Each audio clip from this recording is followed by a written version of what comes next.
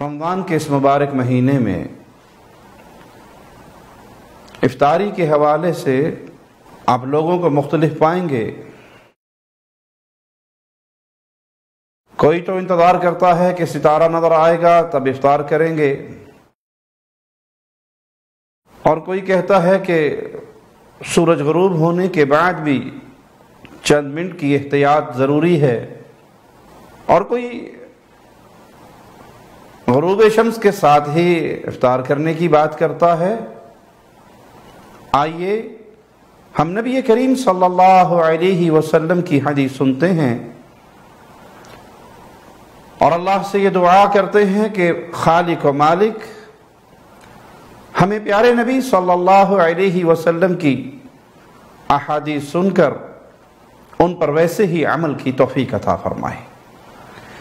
امام الانبیاء امام کائنات محمد الرسول اللہ صلی اللہ علیہ وسلم کا فرمان ہے، اذا اقبل اللیل من ہاہنا وادبر النہار من ہاہنا وغربت الشمس فقد افطر الصائم۔ جب ادھر سے رات آ جائے اور ادھر سے دن چلا جائے اور سورج غروب ہو جائے تو روزے دار کو چاہیے کہ وہ افطار کر لے۔ جب مشرقی افق سے رات کا اندھیرا آ جائے اور مغربی افق سے دن چلا جائے اور سورج غروب ہو جائے تو پھر افطاری کا حکم ہے۔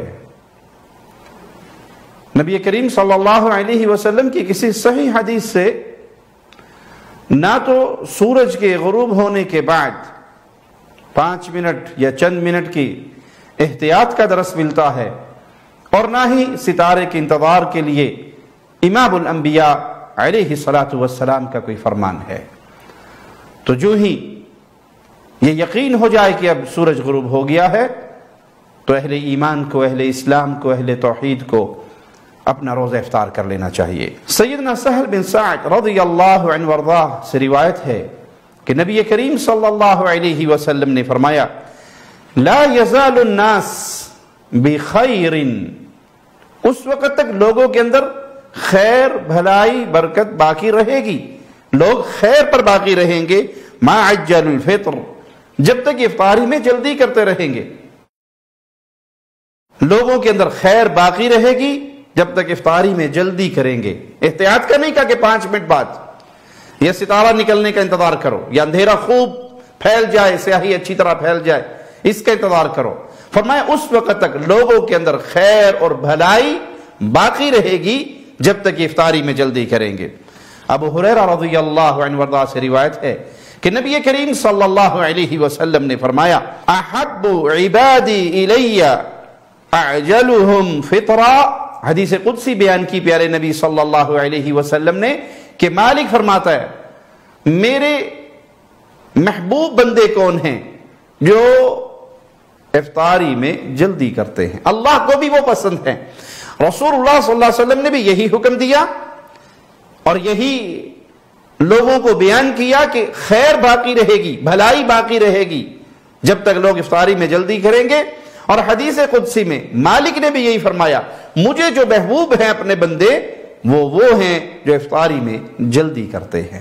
سیدنا عبداللہ ابن عمر رضی اللہ عنہما جب افطار کرتے تو یوں دعا پڑھتے، ذهب الظمأ وابتلت العروق وثبت الاجر انشاءاللہ، پیاس بجھ گئی، رگیں تر ہو گئی، اور اللہ نے چاہا تو روزے دار کا اجر ثابت ہو گیا۔